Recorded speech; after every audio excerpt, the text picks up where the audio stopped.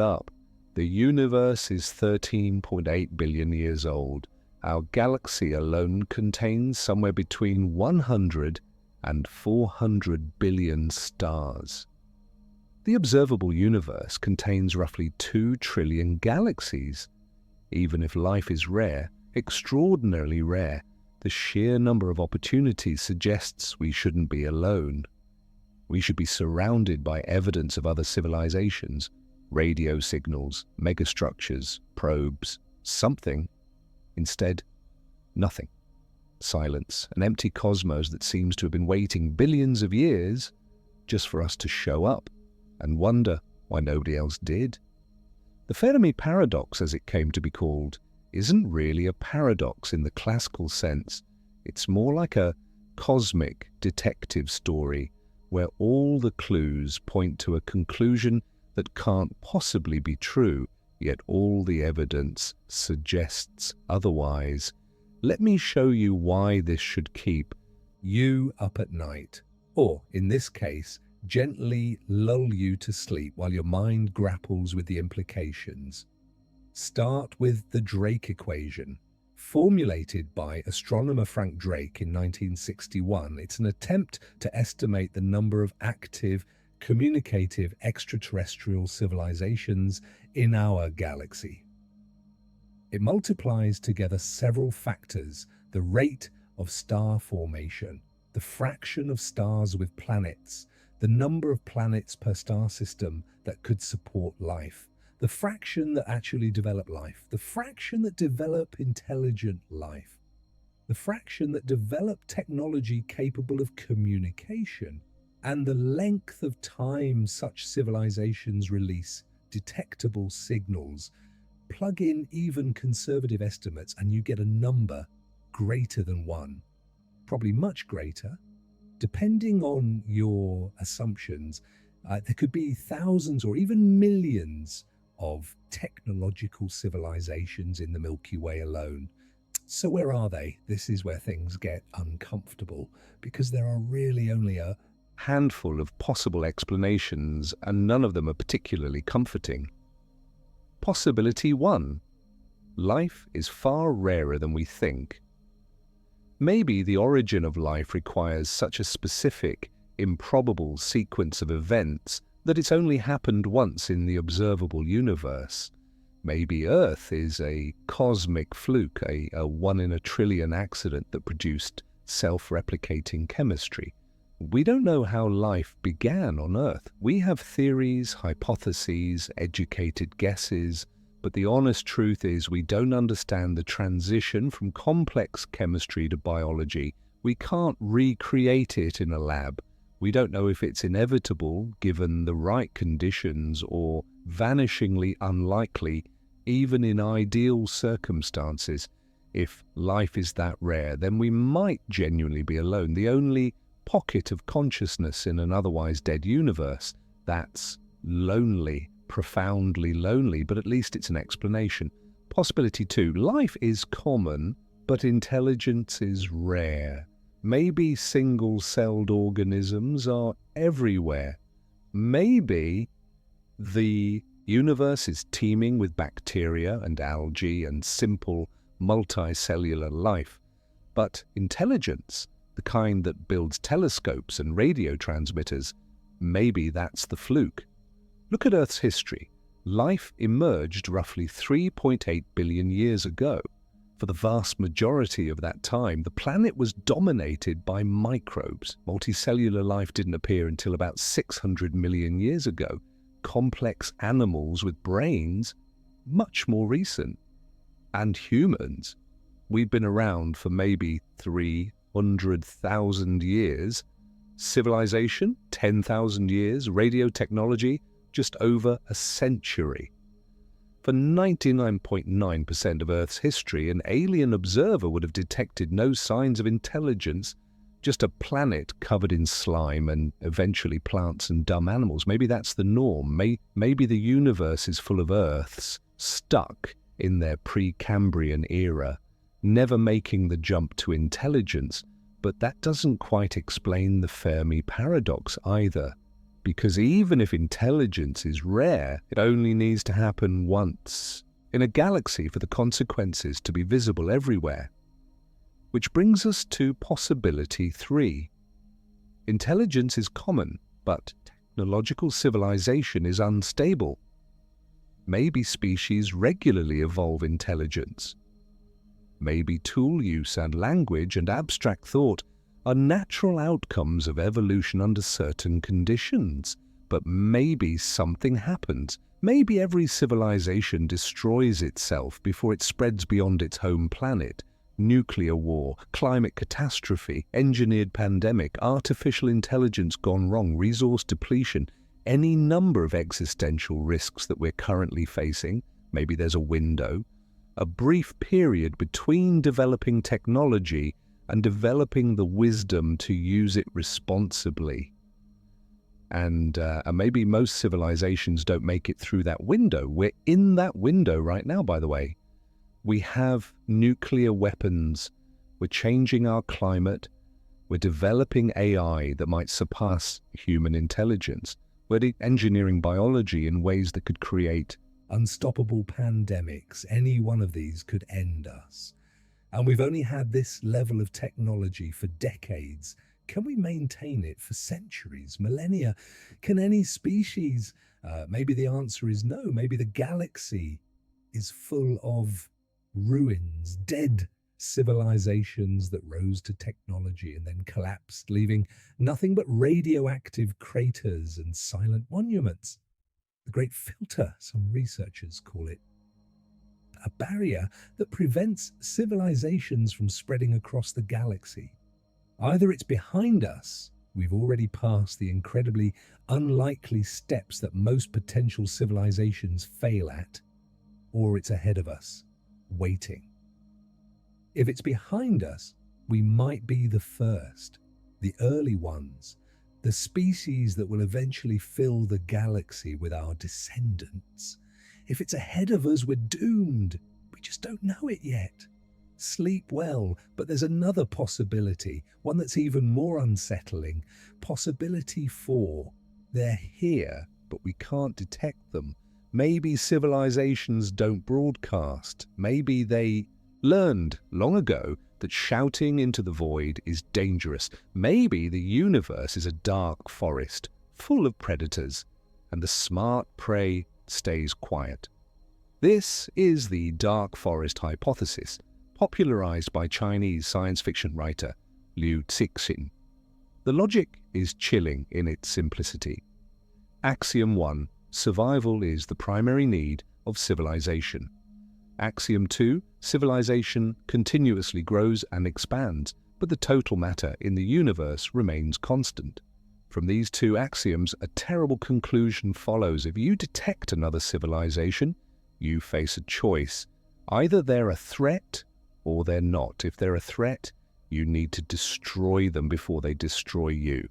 If they're not a threat now, they might become one as they expand and evolve. You can't know their intentions. You can't trust them. Communication takes years or centuries across interstellar distances, and in that time, they could develop weapons capable of destroying you from light years away. The safest strategy: strike. First, immediately, without warning. And if every civilization comes to this conclusion, then the universe becomes a dark forest where everyone hides, stays silent, and destroys any civilization stupid enough to announce its presence. Maybe that's why SETI has detected nothing. Maybe the galaxy is full of civilizations, all of them silent, all of them hiding, all of them listening for the sound of prey. We've been broadcasting our presence for over a century. Radio, television, radar, an expanding sphere of electromagnetic radiation, currently about 200 light years in radius, announcing to anyone listening, we're here. Maybe that was a mistake, or maybe, and this is somehow even more disturbing, they're here, but they're ignoring us. The zoo hypothesis suggests that advanced civilizations know about us but have chosen not to make contact. Maybe there's a galactic protocol, a Star Trek-style prime directive that forbids interference with primitive civilizations. Maybe they're watching, studying, waiting for us to reach some threshold of development before they reveal themselves. Or maybe we're just not interesting. Maybe to a civilization millions of years old, we're like ants. Technically alive, technically intelligent in a limited way, but not worth talking to. Would you try to communicate with an anthill? Would you expect ants to understand your language, your culture, your technology? Maybe that's how they see us, if they see us at all. Then there's the possibility that intelligence isn't the end goal, that we're thinking about this all wrong, or maybe biological intelligence is just a stepping stone, a brief transitional phase between non-life and something else, artificial intelligence, post-biological consciousness, digital entities that don't need planets or stars or physical form. If that's true, then maybe the galaxy is full of machine intelligences we can't detect because they don't communicate in ways we'd recognize. They don't build structures we'd notice. They operate on substrates and timescales completely alien to biological life. Maybe consciousness uploaded itself into the quantum foam. Maybe it's running on substrates we can't even perceive. Maybe what we think of as empty space is actually teeming with incomprehensible intelligence. And we're like fish trying to detect the internet. We're looking for radio signals, megastructures, signs of industrial civilization. But what if advanced intelligence looks nothing like that? What if it's subtle, elegant, so efficient that it leaves almost no detectable signature? We might be surrounded by civilizations and never know it. There's also the timing problem. The universe is 13.8 billion years old. Earth is 4.5 billion years old. Humans have existed for 300,000 years. Industrial civilization for 200 years. On cosmic timescales, that's nothing. A blink. Less than a blink. The odds that another civilization exists right now at the same time as us, close enough for us to detect them, and at a similar technological level, astronomical, in the bad way. Maybe there were civilizations billions of years ago. Maybe they rose, flourished, and died long before Earth even formed. Maybe there will be civilizations billions of years from now, long after our sun has died. But right now, in this particular cosmic moment, maybe we're genuinely alone. Not alone in the universe, but not the only intelligence that ever existed or ever will exist. Just alone right now, the only active technological civilization within our cosmic horizon. That's still lonely, but differently lonely, temporarily lonely, though on human timescales, temporary means forever. Then there's my personal favorite explanation, because it's the most humbling. We're too stupid to know what to look for.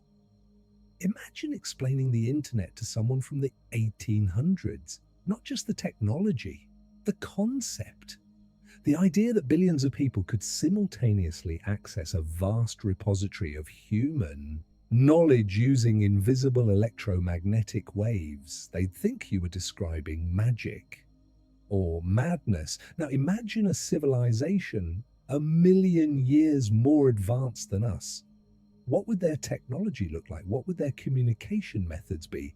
Would we even recognize them as technology? We're listening for radio signals, narrow band transmissions that might indicate intelligent origin. But what if advanced civilizations don't use radio? What if they communicate using methods we haven't discovered yet? Quantum entanglement, gravitational waves, manipulated neutrino streams, something we don't have words for because we haven't discovered the underlying physics? We'd miss it completely. It would be everywhere, passing through us constantly, and we'd never know, like fish trying to detect Wi-Fi.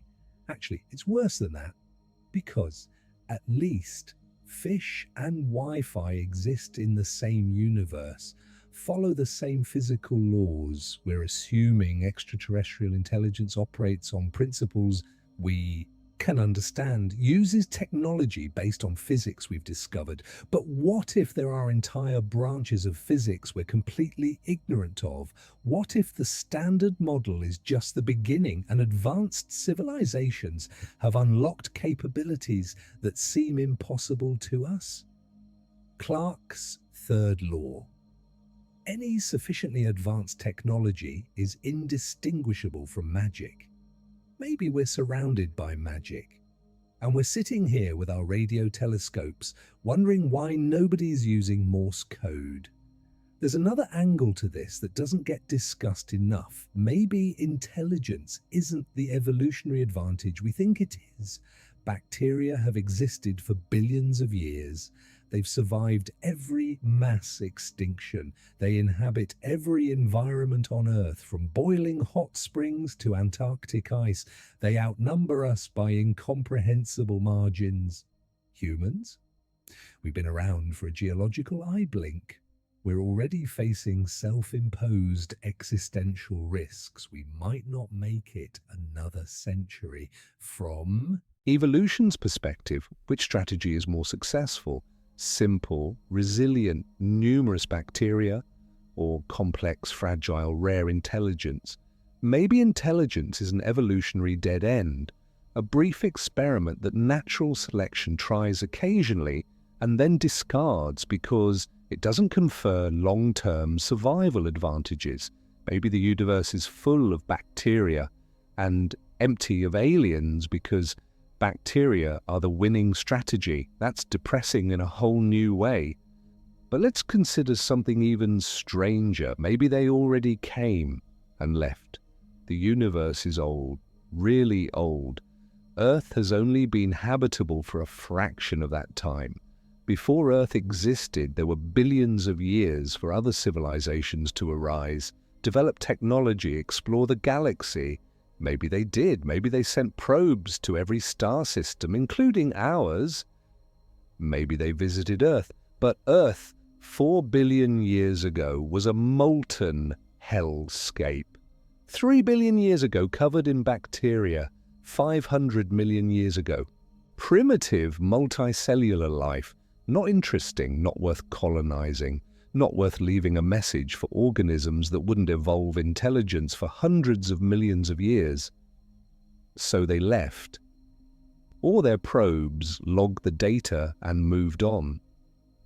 Or they're still here, dormant, waiting for something we haven't triggered yet. We could be standing on artifacts and not recognize them. Ancient technology, billions of years old, eroded beyond recognition, or so advanced we mistake it for natural phenomena. Dark matter could be alien infrastructure. Fast radio bursts could be ancient machinery. The moon could be artificially positioned. I'm not saying these things are true. I'm saying we wouldn't necessarily know if they were. Our ability to detect alien artifacts is limited by our imagination and our technology. We're looking for what we expect to find. But the universe has no obligation to meet our expectations. Here's what really gets me about the Fermi paradox. It's not just about aliens, it's about us. Every possible explanation tells us something profound about our place in the cosmos. If life is rare, we're incredibly precious. The only eyes the universe has to see itself with, the only minds capable of comprehending cosmic expansion and dark energy and the Fermi paradox itself. If intelligence is rare, we're lucky, winners of a billion-year lottery. And we have a responsibility to survive because consciousness might not get another shot. If the great filter is ahead of us, we're in danger. We're approaching something that destroys every civilization that reaches our level. And we need to figure out what it is before it kills us too. If they're hiding because the universe is dangerous, we need to be careful. We need to think very hard before broadcasting our presence. If they're ignoring us because we're primitive, we need to grow up, develop, become worthy of contact. If we're too stupid to detect them, we need to get smarter, push the boundaries of physics, discover new communication methods, expand our understanding. Every answer to the Fermi paradox is a mirror. It reflects back our assumptions about intelligence, about survival, about what it means to be alive in an incomprehensibly vast universe. And maybe that's the point. Maybe the question is more important than the answer. Because right now, in this moment, we're alone. Whether temporarily or permanently, whether by cosmic circumstance or by our own limitations, we're isolated. We're the only voice in our corner of the galaxy, the only technological civilization within our reach. And that means everything we do matters. Every choice we make about our survival, our future, our treatment of our planet and each other. There's nobody coming to save us, no alien intervention, no galactic federation waiting to welcome us once we prove ourselves worthy. It's just us. For now, maybe forever. That's either terrifying or liberating, depending on your perspective. I lean toward liberating, because if we're alone, then we're the universe's only chance to understand itself. At least in this region of space, at least for now. Every scientific discovery we make, every piece of knowledge we preserve, every generation we successfully pass the torch to, that's the universe learning about itself through us. We're not separate from the cosmos. We're part of it, made of it. When we study stars, we're literally stardust, examining its own origins. And maybe that's why the silence is so profound. Maybe consciousness is genuinely rare. Maybe intelligence is a cosmic accident. Maybe we're witnessing something that happens once per galaxy, or once per universe, or maybe just this once, here, now, us. That makes every human life impossibly precious, every moment of awareness a miracle, every act of creativity or compassion or understanding a victory against the void. The Fermi paradox asks, where is everybody? But maybe the better question is, what are we going to do with our answer? Because whether we're alone or just isolated, whether other civilizations exist but can't or won't contact us, whether they're extinct or hide in or transcended beyond our detection, we're here, we're conscious, we're asking the questions, and the universe, silent and vast and indifferent, is waiting to see what we do next. Will we survive the great filter, whatever it is? Will we spread beyond Earth, ensuring that consciousness persists even if our planet dies? Will we become the elders, the first civilization to fill the galaxy, the ones future species will wonder about? Or will we join the silence? Add our name to the list of civilizations that rose and fell, leaving nothing but radio signals propagating through empty space, growing fainter with each light year. We don't know yet. The story is still being written, but here's what we do know.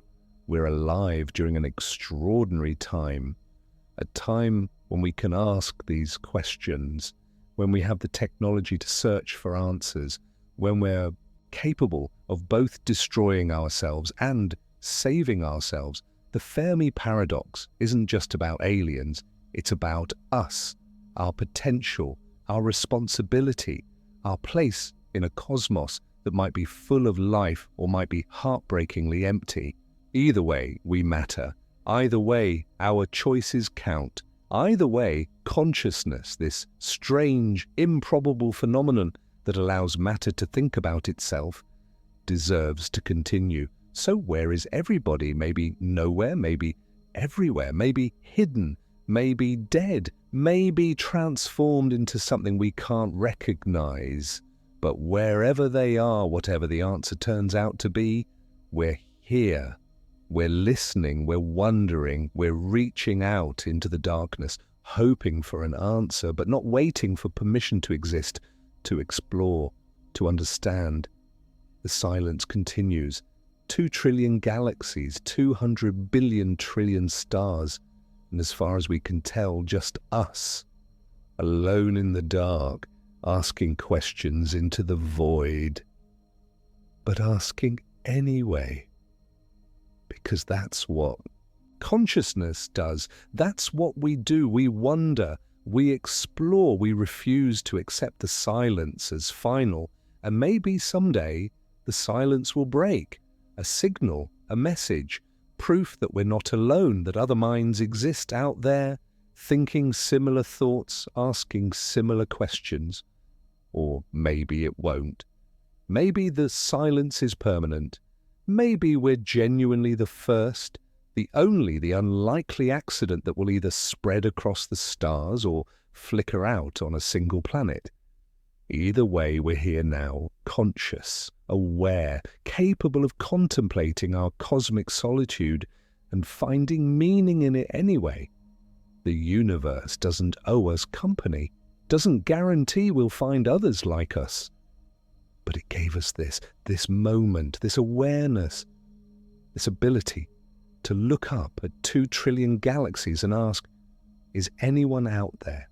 And to keep asking, keep searching, keep hoping, even if the answer is silence, even if the silence lasts forever. Because the asking itself, the search, the refusal to accept cosmic loneliness without question, that might be the most human thing about us. That might be what makes us worthy of the stars, whether anyone's out there to notice or not. The thing that haunts me most isn't the possibility that we're alone. It's the possibility that we're not, that we never were, that the answer to Fermi's question has been staring us in the face the entire time, and we're just not equipped to see it. Consider this. Every assumption we make about alien intelligence is based on a sample size of 1. Us. We're the only technological civilization we know, so we assume others would be like us, would use radio, would build structures, would be curious about other life, would want to communicate. But what if we're the weird ones? What if intelligence usually develops in oceans, where radio waves don't propagate? What if most conscious beings exist on planets with thick atmospheres that block their view of the stars, so they never develop astronomy, never realize there's a universe beyond their sky? What if intelligence typically emerges in environments so different from Earth that the very concept of technology takes forms we wouldn't recognize? We think of technology as tools, extensions of our bodies and minds, things we build to manipulate our environment. But that's a very human, very embodied definition. We have hands. We manipulate objects. We build things. What if intelligence evolved in a species without hands, without the ability to manipulate objects? They might develop incredibly sophisticated communication, philosophy, mathematics, but never build a radio telescope because they physically can't. Or what if intelligence evolved in a hive mind, millions of small organisms operating as a single consciousness? Their concept of individual and civilization would be completely alien to us. Would we even recognize them as intelligent? There's a species of slime mold on Earth, Physarum polycephalum, that can solve mazes, can optimize networks, can apparently learn without a brain. Is it intelligent? We don't know how to answer that question because it doesn't fit our categories. Now multiply that strangeness by a million, by a billion. Every alien intelligence would have evolved under different conditions, facing different selection pressures, developing different cognitive architectures. The aliens in science fiction are always basically humans in rubber suits, Same motivations, same thought processes, same desire to explore and communicate. Real aliens might be so different that we couldn't communicate even if we wanted to. Not because of language barriers, we could eventually overcome those, but because we might not share enough common ground to even establish that communication is happening. Imagine trying to have a conversation with a tree. The tree is alive. It responds to its environment. It even communicates with other trees through fungal networks. But could you have a conversation with it? Could you explain mathematics, philosophy, the Fermi paradox itself? Probably not. Not because the tree is stupid, but because your modes of existence are too different. You operate on time scales of seconds and minutes. Trees operate on time scales of seasons and decades. You think in language and symbols. Trees think in chemical signals and growth patterns. Now imagine that gap is 1,000,000 times wider. That's what communication with aliens might be like. We might be surrounded by intelligence and never know it because we're asking the wrong questions in the wrong languages on the wrong time scales. There's another consideration that keeps me up at night. Energy efficiency. Humans are incredibly wasteful. We broadcast our presence in every direction. Radio, television, radar, heat, light. We're like cosmic toddlers making noise and mess, announcing ourselves to the universe. But that's because we're young, inefficient. We haven't optimized our technology yet. An advanced civilization would be efficient, would minimize waste, would use directed communication instead of broadcasting, would recycle energy instead of radiating it into space. The more advanced a civilization becomes, the harder it might be to detect. Not because they're hiding, but because efficiency looks a lot like silence. We're looking for waste heat, radio leakage, signs of industrial activity. But a truly advanced civilization might have closed-loop systems, perfect energy efficiency, zero waste. They could be everywhere, using resources in ways so elegant and efficient that we mistake them for natural processes. That star that dims strangely, KIC 8462852, Tabby's star, we looked for signs of a Dyson sphere, found nothing conclusive, and moved on. Most astronomers think it's probably just dust. But what if it is a megastructure, just so well designed that it doesn't waste any energy we can detect? What if advanced engineering is indistinguishable from astrophysics? We're looking for campfires. They might be using fusion reactors so clean they produce no detectable signature. We're looking for cities. They might live in orbital habitats so efficient they're thermally balanced with the cosmic microwave background. We're looking for noise. They might have moved beyond noise centuries ago, and that terrifies me more than the idea that we're alone, because if that's true, they could be everywhere, all around us, and we'd never know. We'd be like ants crawling across a microchip, completely unaware that the substrate we're walking on is technology, that the patterns we see are designed, that we're surrounded by intelligence operating on scales we can't perceive. Here's an even stranger thought. What if consciousness isn't as important as we think? We value intelligence because we are intelligent. We think consciousness is the pinnacle of evolution, the goal, the thing that matters most in the universe. But the universe doesn't value anything. It doesn't have preferences. It just is. From the universe's perspective, stars are more important than consciousness. There are more stars, they last longer, they shape galactic evolution. Consciousness is a tiny blip, a statistical anomaly, an edge case. Maybe advanced civilizations figure this out. Maybe they realize that consciousness, as wonderful as it feels from the inside, isn't actually the most interesting or important phenomenon in the cosmos.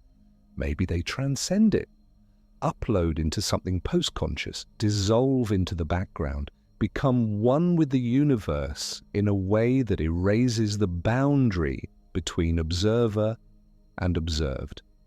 We'd never detect them because there'd be nothing to detect, no them remaining, just universe, aware of itself in a way that doesn't involve discrete, conscious entities. That's deeply unsettling because it suggests that the end point of intelligence isn't more intelligence, it's the dissolution of intelligence into something we can't understand or relate to. But let's pull back from the abstract and consider something more concrete. Time. Specifically, how little of it we've actually been looking. SETI, the search for extraterrestrial intelligence, began in 1960. That's about 65 years of active searching. 65 years out of 13.8 billion years of cosmic history. We've been searching for 0.05% of the time that the universe has existed. And we've been looking at a tiny fraction of the sky, with limited sensitivity, checking only certain frequencies, making assumptions about what signals to look for based on our primitive technology. It's like dipping your toe in the ocean for 5 seconds and concluding there are no fish. The absence of evidence isn't evidence of absence, not when you've barely looked. Maybe we'll detect a signal tomorrow, next year, next decade. Maybe SETI just needs more time, better instruments, wider frequency coverage, or maybe we've already detected signals and didn't recognize them. The WOW signal in 1977, the fast radio bursts we're detecting now, anomalies we attributed to natural causes because we couldn't imagine technology that would produce those signatures. We're pattern matching with incomplete templates, looking for signs of intelligence based on our own capabilities. But if alien intelligence is millions of years more advanced, their signals might be all around us, and we're interpreting them as noise, as glitches, as natural phenomena. There's a concept in information theory. The more efficient a message is, the more it looks like random noise. Perfect compression is indistinguishable from randomness to an observer who doesn't have the decryption key. What if alien signals are so efficiently encoded that we mistake them for cosmic background radiation? What if the universe is screaming with messages and we think it's silent because we don't recognize the language? That would be the ultimate cosmic joke. We're surrounded by conversation and we think we're alone because we can't distinguish signal from noise. Let me tell you about the WOW signal because it's the closest thing we have to a genuine mystery. August 15, 1977, the Big Ear radio telescope at Ohio State University detected a strong narrowband signal from the constellation Sagittarius. It lasted 72 seconds. It was roughly 30 times stronger than the background noise. It matched all the characteristics we'd expect from an artificial extraterrestrial source. The astronomer reviewing the data, Jerry Amon, was so surprised he circled it on the printout and wrote "Wow" in the margin, hence the name. We've never detected it again, never found a source, never explained it satisfactorily. Scientists assume it was some kind of interference, Earth-based signal that somehow mimicked an extraterrestrial source, or a natural phenomenon we don't understand yet. But nobody knows for sure. It remains unexplained. And here's the thing. If it was a signal, we missed our chance. If some alien civilization was broadcasting, trying to make contact, and we detected one 72-second burst, they might think we're not here, or not listening, or not interested. Imagine calling someone's phone, it rings once, then goes dead. You'd probably assume they're not home. You might not try again. We got one ring, one 72-second opportunity. And then silence. If that was first contact, we blew it. Not because we ignored it, but because we couldn't respond. Didn't know how, didn't have the technology or the international coordination or the plan for what to do if we actually detected something. We still don't have that plan, by the way. There's no official human protocol for what to do if we detect alien intelligence. No government prepared for that scenario. No international agreement on whether to respond, what to say, who gets to speak for humanity. We're stumbling through this blind, hoping we don't accidentally start an interstellar incident or miss the most important message in human history because we didn't have our paperwork in order. It's almost comical, except it's not, because the stakes are literally the future of our species and possibly the fate of consciousness in our corner of the galaxy. But let's consider an even more disturbing possibility. What if we're early? The universe is 13.8 billion years old. That sounds ancient, but most stars will continue burning for trillions of years. Red dwarfs, the most common stars, can last 10 trillion years or more. From that perspective, the universe is still in its infancy. We're emerging in the cosmic morning, the first 0.1% of the universe's total lifespan. What if we're not just alone right now? What if we're first? The earliest technological civilization to arise in the observable universe? That would explain the silence perfectly. There's nobody to hear from because nobody else exists yet. The universe hasn't been around long enough for intelligence to be common. We'd be the first, the elders, the precursors, the ancient ones. That future civilizations will wonder about billions of years from now. That's a staggering responsibility. Everything we do would set precedents. Our choices about technology, expansion, ethics, they'd echo across billions of years of galactic history. Do we spread aggressively, colonizing every star system we can reach, or do we tread carefully, preserving pristine environments for life that hasn't evolved yet? Do we leave messages for future civilizations, warnings, instructions, art? Do we try to guide the development of intelligence that emerges after us? Or do we stay out of the way? Let evolution take its course. These aren't hypothetical questions if we're first. They're decisions that will shape the future of the galaxy. And we're not ready for them. We can barely manage our own planet. We're still fighting wars over resources and ideologies. We're still destroying our environment. We're still struggling with basic questions about how to live together on one world. Now, multiply that by trillions of potential worlds, billions of years of future history, the weight of being first. It's overwhelming, maybe paralyzing. Maybe that's another answer to the Fermi paradox. Maybe every civilization that realizes they might be first just stops, freezes, too terrified of making the wrong choice to make any choice at all. Better to stay quiet, stay small, stay safe on one planet. Let someone else be first. Except if everyone makes that choice, nobody is first. Nobody spreads, nobody fills the galaxy, and the silence continues, a cosmic Mexican standoff, everyone waiting for everyone else to move first. Or maybe I'm overthinking this. Maybe the answer is simpler, darker. Maybe civilizations don't last long enough to fill the galaxy because they can't, because something stops them every single time, the great filter, but not some external threat. Not some cosmic predator or natural disaster. Themselves, their own nature, the same drives that pushed them to develop technology, curiosity, ambition, competition, also push them towards self-destruction.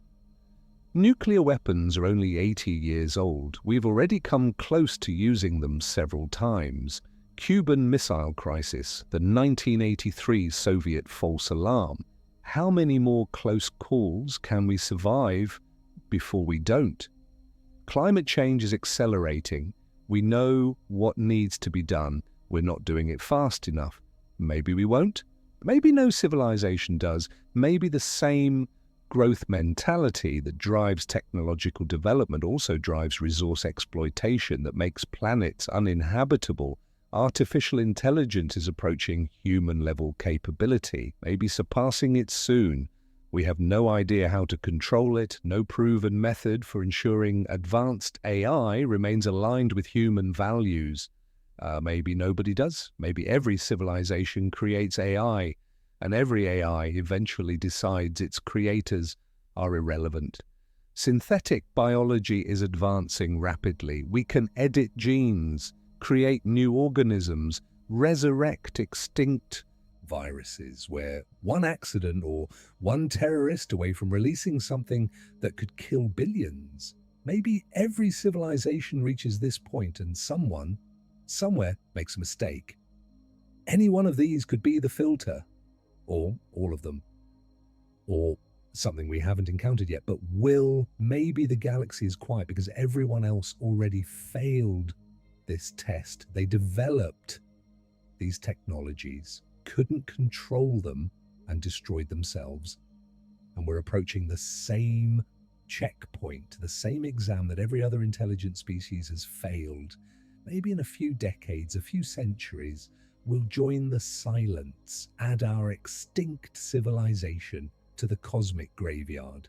Another species that reached for the stars and fell into the void. And that's the nightmare scenario, the dark answer to Fermi's question. They're not here because they're dead, all of them, killed by the same technologies that should have taken them to the stars. And we're next, unless we're not, unless we're the ones who figure it out. Who pass the test? Who survive our own intelligence long enough to spread beyond Earth, beyond the solar system, beyond the reach of any single catastrophe? Maybe that's why the silence matters. Why the Fermi paradox isn't just an interesting puzzle, but an urgent warning. Because if we're alone, we can't afford to fail. If consciousness is as rare as the silence suggests, then our extinction wouldn't just be tragic for us, it would be a cosmic tragedy. The universe losing one of its only chances to know itself. And if we're not alone, if others are out there but staying silent because they learned the hard way that the universe is dangerous, then we need to be very careful, very deliberate, very wise. We need to grow up fast before our technology outpaces our wisdom by so much that we can't survive the gap. The Fermi paradox is a mirror, and right now it's reflecting back our own mortality, our own fragility, our own potential to join the silence. But mirrors also reflect potential, possibility, the chance that we might be different, might be the ones who make it, who survive, who answer Fermi's question not with silence, but with presence. We're here, we made it this far. Against ridiculous odds, through countless near-extinction events, we survived. We're still here, still reaching, still wondering about the stars. Maybe that's enough. Maybe that's what it takes. Not perfection, just persistence, just the stubborn refusal to give up, to accept defeat, to join the silence without a fight. The universe is quiet. 2 trillion galaxies. Incomprehensible numbers of stars and planets, and as far as we can tell, just us. But we're still listening, still searching, still hoping. And maybe someday the hope pays off. A signal, contact, proof we're not alone. Or maybe it doesn't. Maybe the silence continues forever. Either way, we're here, aware, conscious, capable of asking these questions and caring about the answers. in a universe that might be full of life or might be achingly empty that matters. We matter, not because the universe says so, the universe doesn't speak, but because we say so, because we choose to matter, choose to persist, choose to reach for the stars even if nobody's out there to meet us. The Fermi paradox asks, where is everybody? And maybe the answer is right here, right now.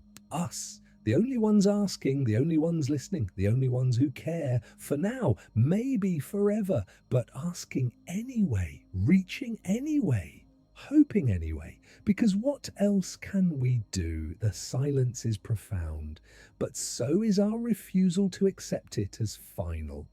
And in the end, that refusal might be the most important thing about us, the thing that makes us worth saving, worth continuing, worth spreading across the stars. Whether anyone's out there to meet us or not, we're here, we're listening, we're wondering. And the universe, vast and silent and utterly indifferent, has never seen anything quite like us before, maybe never will. Again, there's a photograph that should disturb you more than it probably does. The Hubble Deep Field, you've likely seen it. A tiny patch of sky, seemingly empty, no bigger than a grain of sand, held at arm's length. Hubble stared at it for 10 days, straight in 1995, gathering every photon it could from that apparently blank region of space. And what emerged was staggering. 3,000 galaxies in that tiny speck, each galaxy containing hundreds of billions of stars, each star potentially surrounded by planets. And this was just one random patch of sky among the millions of such patches we could observe. Do the math, extrapolate across the entire sky. The numbers become incomprehensible. 2 trillion galaxies in the observable universe, each one an island of hundreds of billions of stars. The total number of stars exceeds the number of grains of sand on all of Earth's beaches. And we're worried about dark energy, about cosmic expansion. Maybe we should be more worried about what all those galaxies contain, what we're missing, what we'll never know about because the light will never reach us. Because here's the thing, nobody wants to say out loud, we're not just losing galaxies to cosmic expansion, we're losing information, possibilities, potential. Every galaxy that crosses our cosmic event horizon doesn't just disappear from view. It takes with it every star system, every planet, every potential civilization that might have evolved there. Every discovery they might have made, every insight they might have had into dark energy or quantum gravity or questions we haven't even thought to ask yet. Gone forever. Not destroyed, but forever inaccessible. Might as well not exist from our perspective. And this is happening right now, not in some distant future. Right this second, as you process these words, galaxies are crossing the threshold. Entire cosmic neighborhoods are being cut off from us by the expansion of space. We talk about dark energy abstractly as a physics problem to be solved, but it's more than that. It's a clock, a countdown, a closing window on the universe's knowability. And we're sitting here on Earth, barely able to get humans to the moon anymore, arguing about budgets and politics and short-term problems, while the cosmic library burns. Not literally burns, worse. It's being carried beyond the speed of light, placed forever, out of reach, while we watch helplessly. That should bother us more than it does. Because what if the answer to dark energy isn't in our cosmic neighborhood? What if some galaxy that's currently observable but won't be in a billion years contains a natural phenomenon that would make dark energy obvious? A naked singularity, a bubble universe collision, some exotic structure that would make a physicist say, oh, of course, that's what dark energy is. And we'll miss it, we'll lose it. And future cosmologists will never even know what they don't know. This has happened before, by the way. We're not the first generation to lose evidence. The cosmic microwave background, that faint afterglow of the Big Bang, is already cooling. Right now, it has a temperature of about 2.7 Kelvin.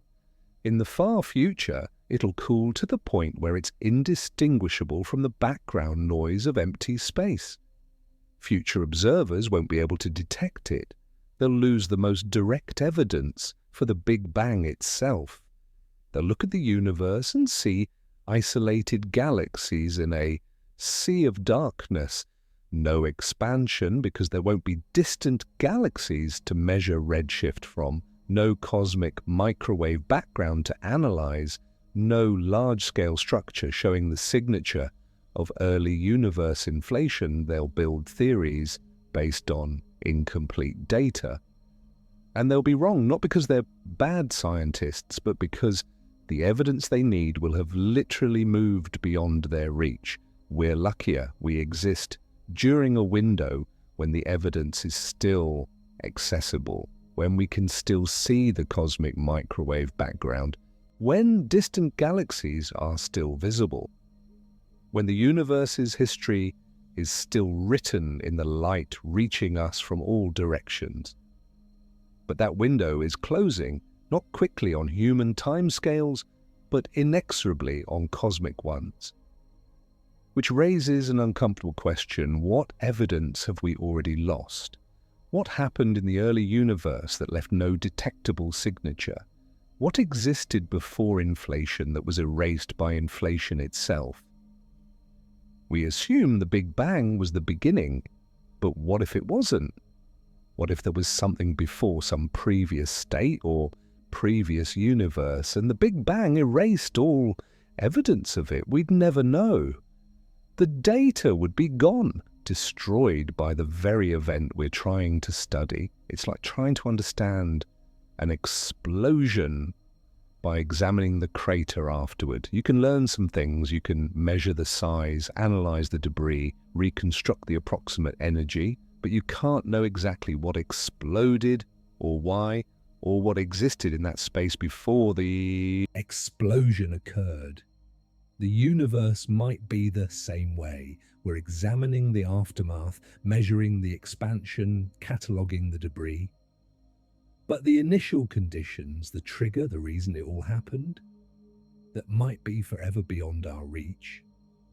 Not because we're not smart enough, not because we lack the right instruments, but because the information was destroyed, erased, lost to entropy or inflation or whatever came before the Big Bang. And dark energy is doing the same thing to our future. It's erasing information, carrying away evidence, reducing the knowability of the universe, one receding galaxy at a time. Some physicists think information can't be destroyed. The holographic principle suggests that information about anything that falls into a black hole is preserved on the event horizon. Hawking radiation carries information back out. Nothing is truly lost, but that's for black holes, local phenomena. What about cosmic expansion? What happens to information when galaxies cross the cosmic event horizon? Is it preserved somehow, encoded in some substrate we can't access? Or is it genuinely lost, deleted from our universe's reference frame, gone in a way that violates information conservation? We don't know. The physics of cosmic horizons isn't as well understood as the physics of black hole horizons. We're still working it out. But if information is being destroyed, if dark energy is genuinely erasing parts of the universe's history and structure from accessibility, then we're living through a cosmic tragedy, a slow-motion catastrophe where the universe forgets itself piece by piece. And we might be the only ones who notice it, and the only consciousness anywhere in our cosmic neighborhood that's aware of what's being lost. That carries a certain responsibility, doesn't it? If we're the universe's memory, at least for this region of space-time, then forgetting is a kind of death. Not our death, the universe's death. The death of information and possibility and knowability. We can't stop it, can't reverse cosmic expansion, can't switch off dark energy or prevent galaxies from receding, but we can observe, record, remember. We can catalogue every galaxy while we still can, map the cosmic web in exquisite detail, measure the properties of dark energy with increasing precision, document everything we're able to see before it disappears beyond the horizon. We can be the witnesses, the archivists, the keepers of cosmic memory. Not because anyone will thank us, not because future civilizations will appreciate it, if any exist, but because the alternative is letting it all slip away unmarked, unrecorded, unmourned. And that feels wrong somehow, like watching a library burn without trying to save any books. So we build our telescopes, we analyze our data, we write our papers and teach our students and pass the knowledge forward. We create a record, an archive, a memory of what the universe looked like during this brief window when everything was still. visible.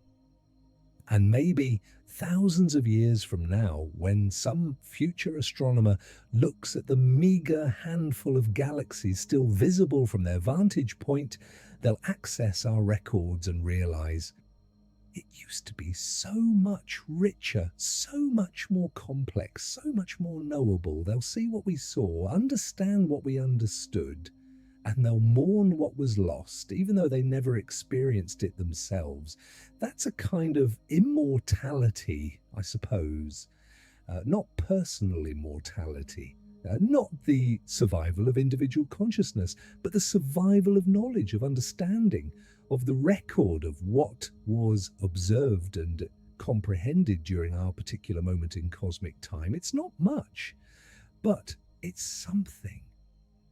And in a universe trending toward heat death, toward maximum entropy, toward the erasure of all complexity and structure, preserving knowledge, even temporarily, even in forms that will themselves eventually decay, feels like an act of defiance. We can't beat entropy, can't reverse the arrow of time, can't prevent the universe from expanding into cold darkness, but we can slow the forgetting, document what existed, create islands of memory in the ocean of cosmic amnesia. The universe won't remember, but we will for as long as we exist. And when we're gone, maybe someone else will pick up the thread, some other civilization, some other form of consciousness, carrying forward the project of observation and understanding, or maybe not. Maybe we're alone, maybe when we're gone, the forgetting will be complete. Either way, we do what we can with the time we have. We observe, we measure, we understand, we record, we bear witness to cosmic expansion, to dark energy, to the slow but inexorable increase in cosmic isolation. And we refuse to go quietly, refuse to accept ignorance, refuse to let the universe's strangeness pass unremarked. That's our role, our purpose, if we choose to accept it. Not assigned by the universe, and the universe doesn't assign purposes, but chosen by us, because we're the kind of beings who need purposes, who create meaning, who refuse to accept that nothing matters. The universe is expanding, information is being lost, the cosmic horizon is shrinking, and we're here frantically trying to observe everything we can before it disappears. Not because we can stop it, we can't, but because witnessing matters, understanding matters, creating a record matters, at least to us. And we're the only ones here to care. So we care enough for the entire indifferent cosmos. We make it matter by deciding it matters. And then we get to work, building telescopes, analyzing data, developing theories, training the next generation, racing against cosmic expansion, against time itself, against the inevitable heat death that awaits in the incomprehensibly distant future. We won't win, can't win. The universe is too vast, too old, too indifferent to our efforts, but we'll go down swinging. We'll observe and measure and understand as much as we possibly can before the lights go out. And when they do, when the last human looks at the last star from the last remaining outpost of consciousness, they'll know that we tried, that we didn't accept ignorance willingly, that we pushed back against the darkness with everything we had. Not much in cosmic terms, a few centuries of observation, a few millennia, if we're lucky, a tiny fraction of the universe's lifespan, but it'll be ours, our contribution, our defiance, our refusal to let the universe's expansion erase us without a fight. The universe is expanding. Dark energy is real. Heat death awaits, and we're still here, still looking, still wondering, still trying to understand. For now, for as long as we can, for as long as consciousness persists and questions remain, that's all we can do. That's everything we can do. And somehow impossibly, it feels like enough. If the universe were eternal and unchanging, if galaxies hung in space forever, if stars never died, if nothing ever ended, then individual moments wouldn't matter. Any given instant would be identical to every other instant. There'd be no uniqueness, no scarcity, no reason to value anything because there'd always be more of it. But the universe isn't eternal. Stars have lifespans. Galaxies will eventually go dark. Consciousness exists for a finite time in a finite region of space, and that finitude creates value, creates meaning, makes moments matter precisely because they don't last forever. You and I having this conversation, contemplating the expansion of the universe and the mystery of dark energy. This moment is unique. It's never happened before. It'll never happen again. In a few decades, we'll both be dead. In a few billion years, Earth will be consumed by the sun. In trillions of years, the Milky Way will be dark. In incomprehensibly vast stretches of time, even black holes will evaporate. But right now, in this moment, we exist. We're conscious. We can think about these things. That's not depressing. That's extraordinary. The universe doesn't guarantee meaning. It doesn't provide purpose. It doesn't care about our hopes or fears or dreams. But it allows for meaning, provides the substrate for purpose, creates the conditions where conscious beings can exist, at least temporarily, and decide for themselves what matters. Dark energy will eventually win. The universe will expand into cold, dark, empty space. All structure will dissolve, all complexity will fade, entropy will reach its maximum. But not yet, not today, not for trillions of years. We have time.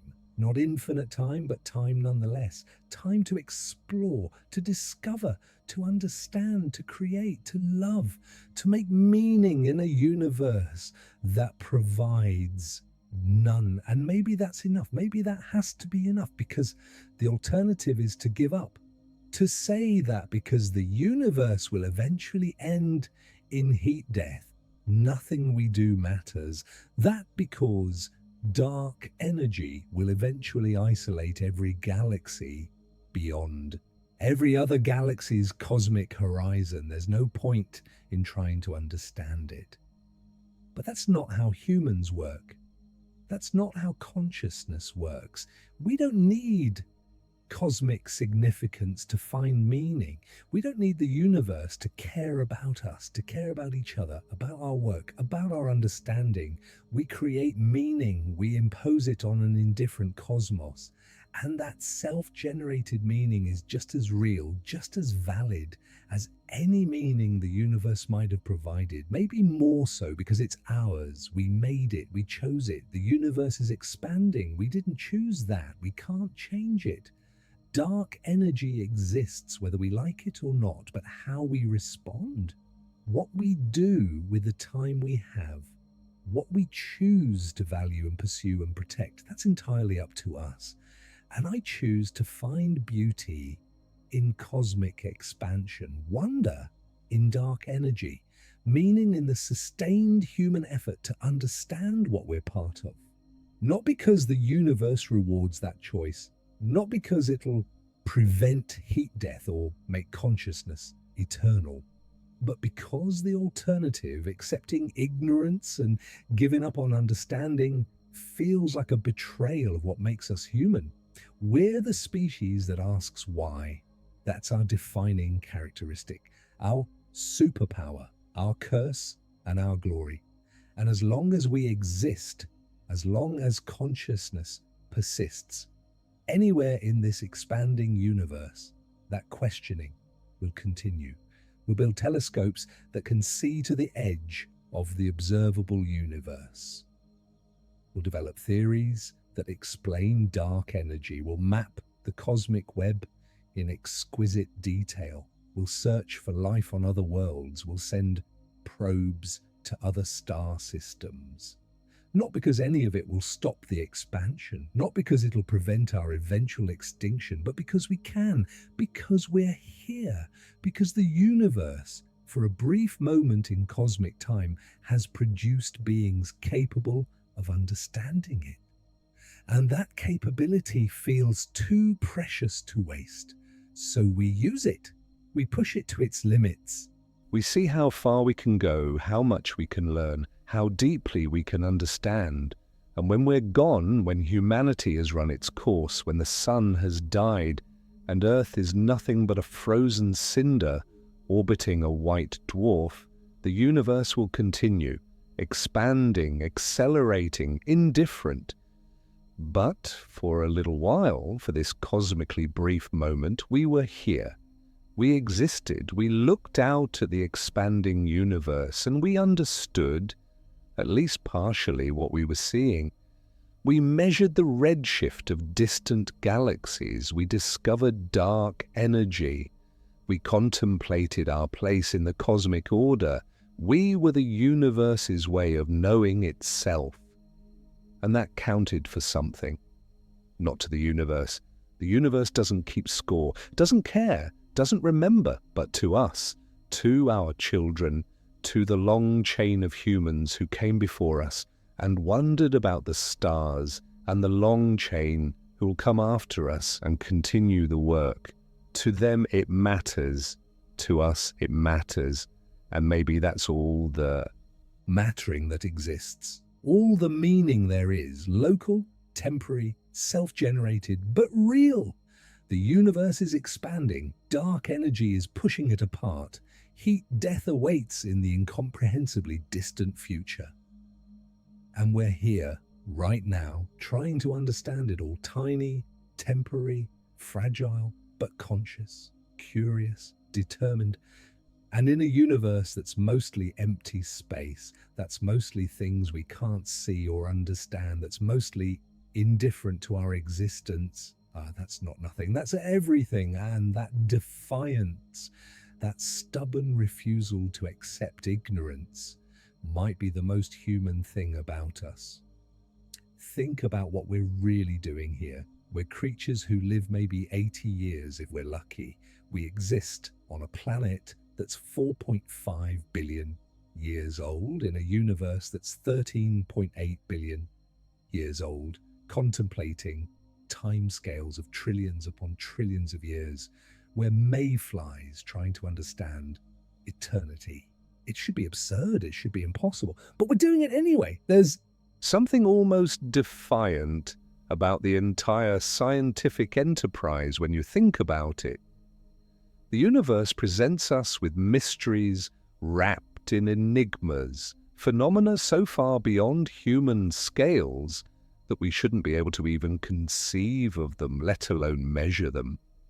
And we respond by building instruments, developing mathematics, constructing theories. We take the universe's challenge and we meet it head-on. Dark energy is just the latest in a long line of cosmic puzzles that seemed unsolvable until they weren't. Every generation of scientists faces phenomena that appear inexplicable, that challenge the existing paradigms, that force us to expand our understanding. A century ago, we didn't know galaxies existed. We thought the Milky Way was the entire universe. Then Edwin Hubble, using the largest telescope available at the time, resolved individual stars in what we thought were nebulae and proved they were actually separate galaxies, island universes unto themselves, scattered through space like cities of light in an ocean of darkness. The universe got bigger, vastly bigger. Then came the realization that it was expanding. That universe got dynamic, temporal, historical. It had a past and a future, not just an eternal present. Then the cosmic microwave background, evidence of a hot, dense beginning. The Big Bang confirmed. Then dark matter, this invisible scaffolding that outweighs visible matter 5-1, holding galaxies together with its gravity, even though we can't see it, can't touch it, can barely detect it. And now, dark energy, stranger still, comprising 68% of everything, pushing the universe apart with increasing force. Each discovery makes the universe stranger, more alien, less intuitive, further from our everyday experience, but also more knowable, more mapped, more understood, even when that understanding is mostly we don't know yet, because there's a difference between we don't know and we can't know. The former is temporary, a challenge. The latter is a surrender. And science doesn't surrender easily. Take dark matter. We don't know what it is yet. Decades of searching haven't produced a definitive detection. Underground detectors sitting in silence, waiting for a dark matter particle to collide with an atomic nucleus. Nothing. Particle accelerators smashing protons together at nearly the speed of light, looking for dark matter particles in the debris. Nothing. Telescopes scanning the sky for gamma rays that might signal dark matter annihilation. Nothing. But we're not giving up. We're building more sensitive detectors, exploring different theoretical candidates. Primordial black holes, axions, sterile neutrinos, modified gravity, each possibility carefully examined, tested, constrained. Eventually, we'll figure it out, or we'll eliminate enough possibilities that the answer becomes obvious by process of elimination.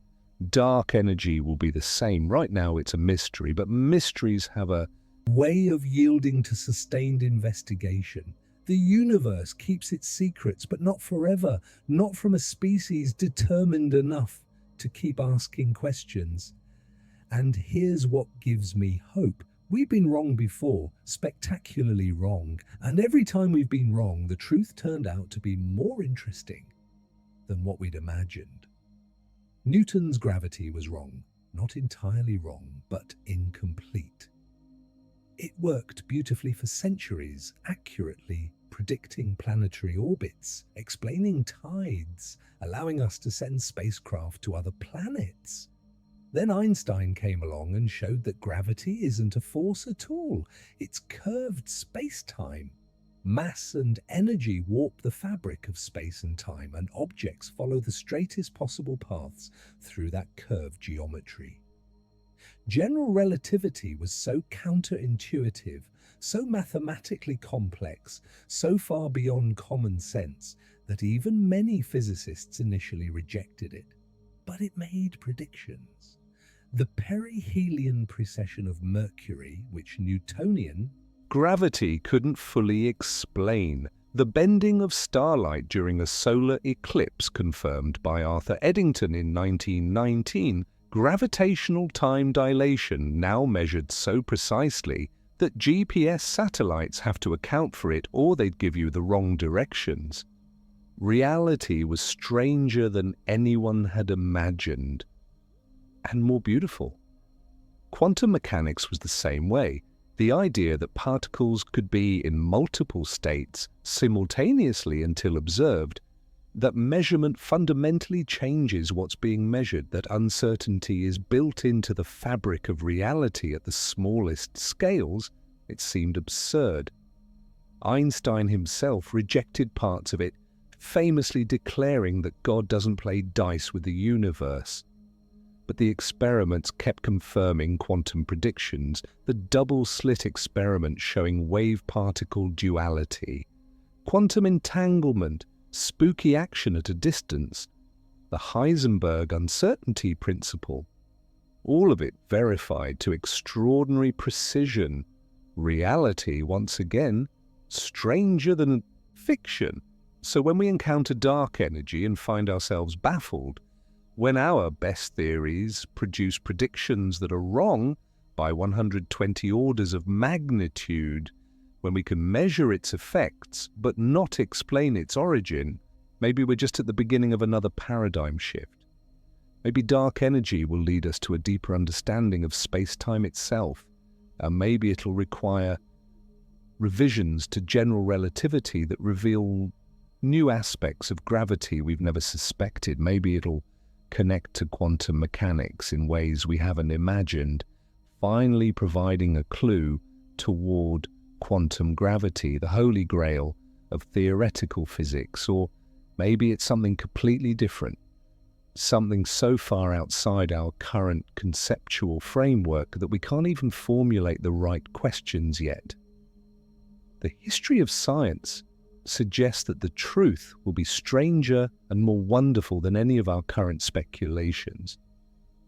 But here's the thing, we have to be around to find out, and that's not too Guaranteed. The universe is expanding, yes. Dark energy is pushing galaxies apart, yes. But long before any of that becomes a practical concern for humanity, we have more immediate problems. Climate change, nuclear weapons, artificial intelligence, engineered pandemics, asteroid impacts. Any number of existential risks that could end human civilization or even extinguish our species entirely. We could discover the nature of dark energy, solve the mysteries of cosmic expansion, develop a complete theory of quantum gravity, and still destroy ourselves through short-sightedness or negligence or malice. The universe doesn't care. It'll keep expanding whether we're here to observe it or not. But we should care, because consciousness, intelligence, the ability to understand and appreciate the universe, these things might be rare, precious, worth preserving. We don't know if life exists elsewhere. We don't know if intelligence has arisen on other worlds. The galaxy could be teeming with civilizations, or we could be utterly alone. The Fermi paradox, the question of where all the aliens are, remains unanswered. Maybe intelligence is common, and we just haven't been looking long enough or in the right ways. Maybe there are millions of civilizations scattered across the galaxy, each discovering dark energy independently, each grappling with the same cosmic mysteries. Or maybe intelligence is vanishingly rare. Maybe the chain of events required to produce technological civilization is so unlikely that it's only happened once in the observable universe. Maybe we're it, the only minds capable of understanding cosmic expansion, the only observers who can appreciate the universe's strange beauty. If that's true, then our destruction would be a cosmic tragedy, not because the universe would miss us, but because something genuinely unique and valuable would be lost. Imagine the universe finally producing observers after billions of years of blind evolution, only to have those. Observers destroy themselves before they fully understand what they're part of, before they spread beyond their home planet, before they make contact with others. If others exist, so we keep looking. Not because we expect to find anything, not anymore. After 70 years of silence, most scientists have learned to temper their expectations, to manage their hope, to keep searching without letting themselves believe too hard in the possibility of success. But here's what they don't talk about in the scientific papers, in the grant proposals, in the carefully worded press releases. Some of them are terrified of actually finding something because contact would change everything immediately, irrevocably. Think about what a confirmed signal would do to human civilization. Not an ambiguous anomaly like the wow signal, not a maybe natural, maybe not fast radio burst, but an unambiguous, undeniable artificial transmission from an extraterrestrial intelligence. Every religion would need to re-examine its creation myths. Every philosophy would need to reconsider humanity's place in the cosmos. Every government would need to decide who speaks for Earth. Every person would need to confront the fact that we're not special, not unique, not alone. Some people would celebrate. Finally, proof we're not alone in the universe. Validation that consciousness exists beyond our small blue planet. Others would panic. What do they want? Are they friendly? Are they coming here? Should we respond? Markets would crash or soar, probably both. Social order might collapse, or strengthen unity in the face of the unknown, or fragmentation as different groups interpret the signal through their own ideological lenses. We have no idea how humanity would actually react. We'd like to think we'd handle it maturely, rationally, calmly, but we've never faced anything like this before, never had to confront tangible proof that we're not the only intelligence in the universe. It would be the biggest event in human history, bigger than agriculture, bigger than writing, bigger than the Industrial Revolution. It would mark a clear before and after. Everything that came before contact, everything that comes after. And we're not ready, not politically, not socially, not psychologically. Maybe that's why part of the scientific community secretly hopes we don't find anything, not out of pessimism or fear of aliens themselves, but fear of how humans would react to the knowledge that aliens exist, because humans are predictably unpredictable when faced with paradigm-shifting information. We don't always respond rationally. We don't always make good decisions under pressure. And this would be the ultimate pressure, the ultimate paradigm shift. Your place in the universe redefined overnight. Your species suddenly demoted from unique to one of many. Your planet transformed from the center of everything to just another world orbiting just another star in a galaxy suddenly known to harbor other minds. That's existentially destabilizing for individuals, for societies, for civilizations.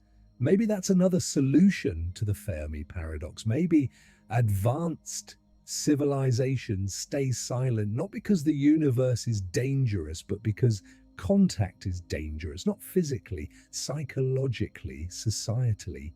Maybe they learned that species need to mature to a certain point before they can handle the knowledge that others exist, before they can process that information without collapsing into chaos or religious fervor or existential despair.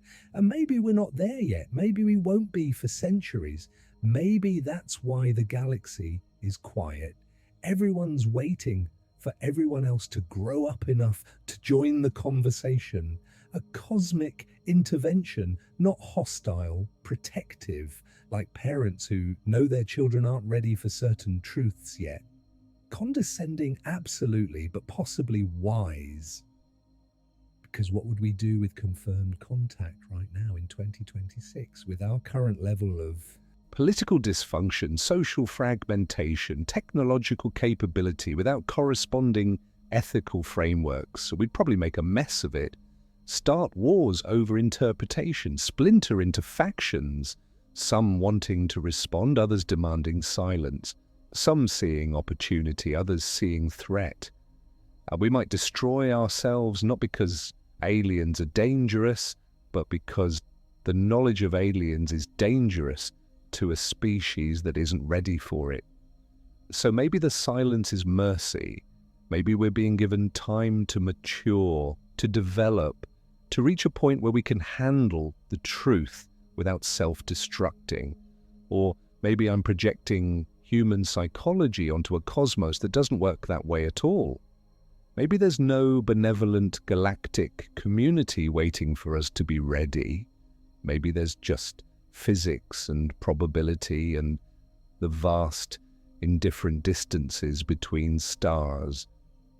Maybe we're alone, not because anyone decided we should be, but because that's just how the universe is. Empty, quiet, rare pockets of complexity in an ocean of entropy. And if that's true, then the silence isn't a test, isn't a protective quarantine, isn't evidence of anything except our own isolation. It's just silence, cosmic, complete, final. That should be depressing, nihilistic, evidence that nothing we do matters because we're utterly alone in an uncaring universe. But I keep coming back to the same realization. It makes every human interaction more precious. If we're the only consciousness within 1,000 light years, possibly much further, then every conversation you have, every relationship you build, every moment of connection with another mind, those are rare, possibly unique in your corner of the galaxy. You're not just talking to another person, you're engaging in one of the only conversations happening anywhere in local space, one of the only instances of minds meeting, sharing ideas, creating meaning together. That's not nothing, that's extraordinary. We spend so much time taking consciousness for granted. We're surrounded by other minds, 7 billion of them on this one planet. We assume awareness is cheap, common, unremarkable. But zoom out. Look at the universe, trillions of galaxies, incomprehensible numbers of stars. And as far as we can tell, consciousness exists in one place. Here. This planet. This species. You. Every thought you have is a cosmic rarity. Every feeling you experience is exceptional. Every choice you make is an instance of matter deciding its own fate in a universe where most matter just follows physics, mindlessly, deterministically, without any internal experience at all. You're not just a person, you're a temporary, localized decrease in entropy, a brief pattern of organization complex enough to be aware of itself, a way for the universe to look at itself and say, I am. And if the Fermi paradox is any indication, you might be one of the only instances of that happening anywhere in the observable universe.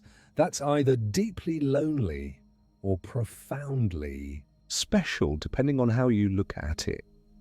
I choose special because loneliness implies we're missing something, that we deserve company, that the universe owes us other minds to talk to, but the universe doesn't owe us anything. It gave us existence, consciousness, the ability to ask questions about our own isolation. That's already more than most of the universe gets. Most matter never wonders about itself, never experiences anything, never asks, where is everybody? Because it doesn't have the cognitive architecture to formulate questions. We do, we can, we are. And maybe that's the answer to the Fermi paradox that matters most. Not where is everybody, but where are we? We're here, right now, conscious, aware, capable of contemplating our cosmic solitude and finding meaning in it anyway. We're the universe waking up, looking around, wondering if any other part of itself has woken up too. And so far, the answer seems to be no, or not yet, or not in ways we can detect. But the Waking up part, that already happened. That's us. That's you. And that's not nothing. That's everything. Because without consciousness, the universe might as well not exist. If there's no one to observe it, to think about it, to ask questions about it, does it matter? Philosophically, that's debatable. But practically, functionally, from the perspective of meaning and value and importance, consciousness is what makes the universe relevant. Stars burn whether or not anyone watches. Galaxies collide whether or not anyone observes. The universe expands whether or not anyone measures it. But none of it means anything without minds to comprehend it, to find it beautiful, to wonder about it. We provide the meaning, we create the significance, we transform random cosmic processes into stories, into science, into art, into philosophy. The universe doesn't do that on its own. It needs us, or beings like us, observers, comprehenders, meaning makers.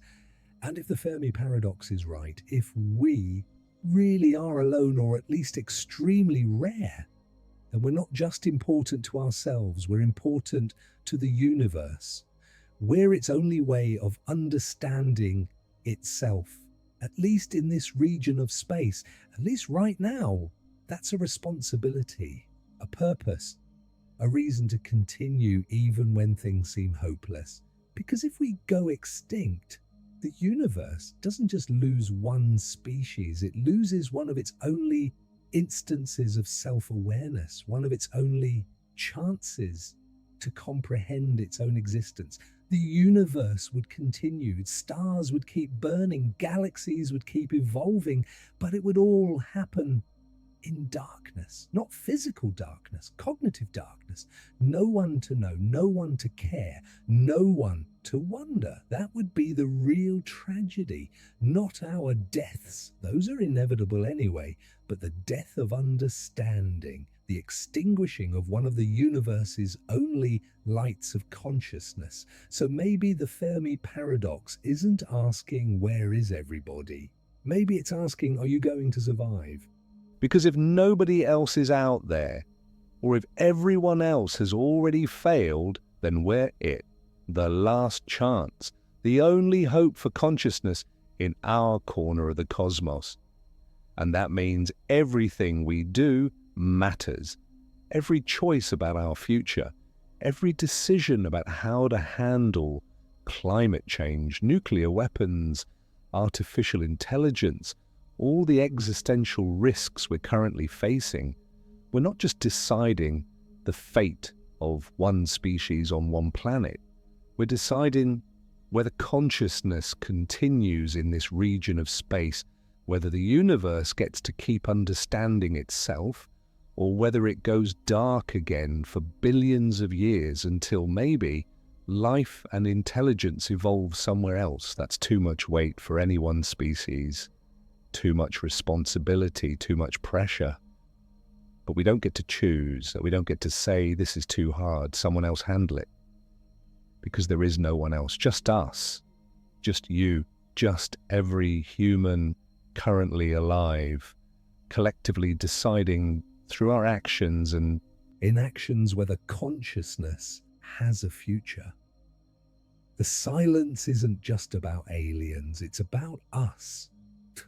About whether we'll join that silence or break it, whether we'll become another extinct civilization or the first to spread beyond our home world and ensure consciousness persists. We don't know which will be. The story isn't finished. The outcome isn't predetermined. We're writing it right now, every day, every choice. And the universe, vast, ancient, mostly empty, possibly devoid of other conscious observers, is watching. Not literally. The universe doesn't have eyes, doesn't have awareness of its own. Except through us, we're how it watches, how it knows, how it cares about its own fate. So when I say the universe is watching, I mean we're watching, we're the universe's eyes. Its only eyes, maybe. within 1,000 light years or more. What we see, the universe sees. What we understand, the universe understands. What we feel about our cosmic isolation and our uncertain future, that's the universe feeling those things, because we're not separate from it. We're made of it. When we contemplate the cosmos, we're literally the cosmos contemplating itself. The Fermi paradox, the great silence, the absence of detected alien civilizations, despite the overwhelming probability that they should exist. It's not just a puzzle, it's a mirror reflecting back our own significance, our own responsibility, our own precious rarity in a universe that seems determined to be empty and cold and quiet. But we're here, breaking the silence, asking questions, refusing to accept isolation without wondering why. That matters, maybe more than anything else in the observable universe, because consciousness matters. Understanding matters. The ability to look at 2 trillion galaxies and wonder, is it anyone out there, matters. Not because the universe says so, because we say so. And we're the only ones saying anything at all for now, maybe forever, but we're still here. Still. Wondering. Still reaching out into the darkness with our radio telescopes and our spacecraft and our stubborn, beautiful refusal to accept that we're alone without at least asking. The galaxy is quiet. The universe is vast. The silence is profound. And somewhere in all that emptiness, on one small planet orbiting one unremarkable star, consciousness emerged, looked up at the stars and asked, "Where is everybody?" No one answered. The silence continued. But the question itself, the asking, the wondering, the refusal to accept the void without question, that might be the most important thing happening anywhere in the cosmos right now. And it's happening here, through us, through you. You're part of the answer to the Fermi paradox, not because you know where the aliens are, but because you're one of the only beings anywhere asking the question. And in a silent universe, asking might be all we can do, but it's enough. Has to be enough, because it's all we have, all we are, all we'll ever be. Consciousness in the void, minds in the darkness, questions without answers, echoing through empty space, but echoing nonetheless. Persisting, refusing to fade into the cosmic background without leaving a mark.